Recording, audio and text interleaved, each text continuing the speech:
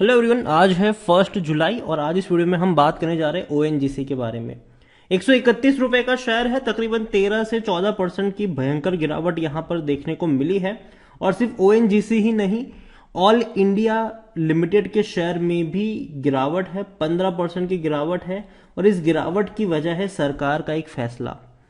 देखिए, जो मेटल कंपनियां होती है, जो मटेरियल से जुड़ी हुई कंपनी होती है, सरकार के डिसीजन का बहुत बड़ा इम्पैक्ट पड़ता है इनके ऊपर। वीडियो में डिस्कस वही करेंगे कि भैया आखिर ऐसा क्या हो गया और अब क्या करना चाहिए, यहां पर मौके हैं कि नहीं है।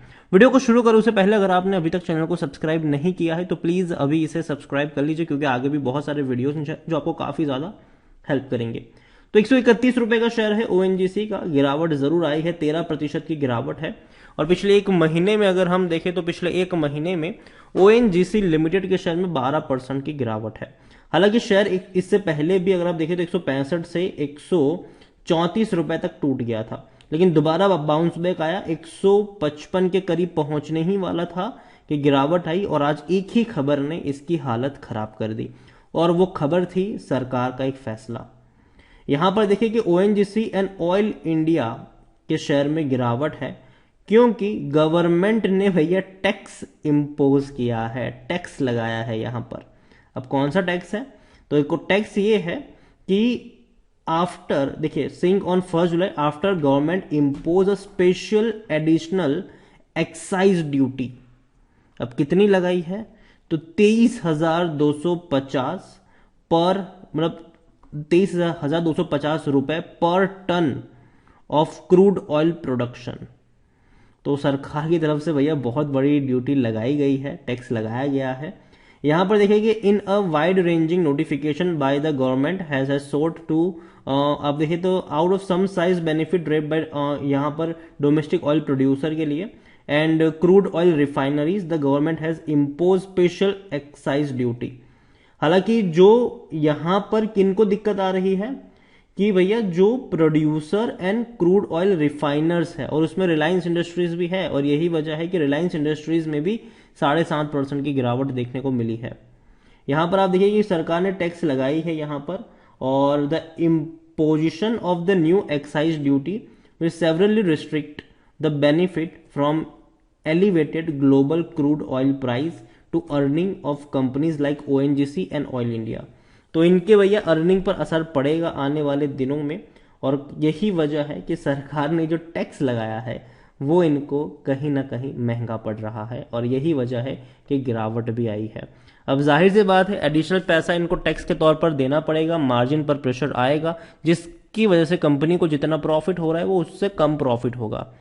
लार्ज कैप शेयर है ओएनजीसी, 1,88,000 करोड़ से के आसपास का इसका मार्केट कैप है, और वॉल्यूम देखे तो 12.5 करोड़ है। और जाहिर सी बात है भैया, जब ऐसी खबरें आती है तो लोग खरीदारी भी करते हैं, लोग बड़ी बिकवाली भी करते हैं। यहां पर अगर आप देखोगे ओएनजीसी का प्रॉफिट, अगर आप देखोगे तो क्वार्टरली 10,550 करोड़ का प्रॉफिट करने वाली कंपनी है ये, और रेवेन्यू 1,55,000 करोड़ से भी ज्यादा के। कंपनी बहुत स्ट्रांग है, काफी तगड़ी कंपनी है ये। यहां पर अगर हम बात करेंगे तो प्रमोटर, सरकार ने भैया बिकवाली करी थी। दिसंबर क्वार्टर में 60.41% की होल्डिंग 58.91% पर आ गई। एफआईएस ने खरीदारी करी, 8.87% की होल्डिंग 9.91 पर आ गई।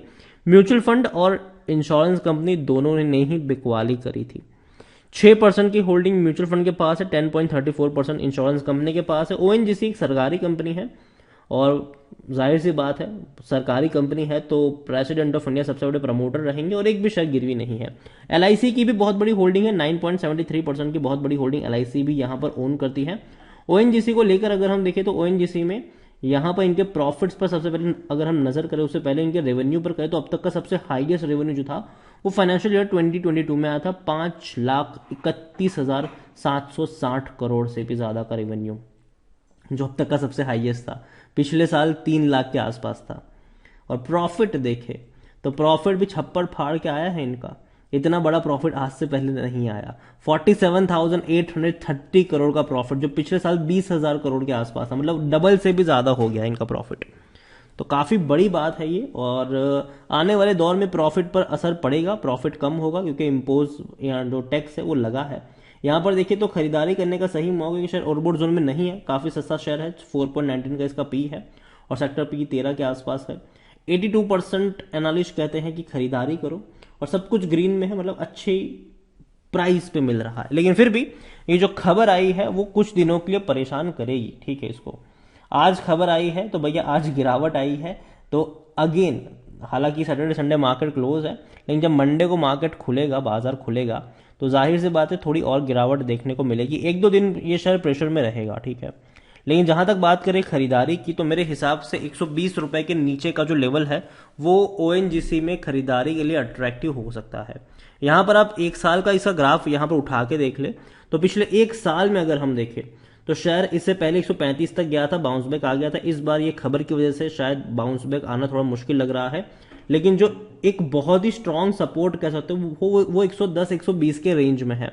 तो वहां पर अगर जाएगा 120 के नीचे जाएगा तो खरीदारी के मौके यहां पर ऑटोमेटिकली बनते नजर आ सकते हैं।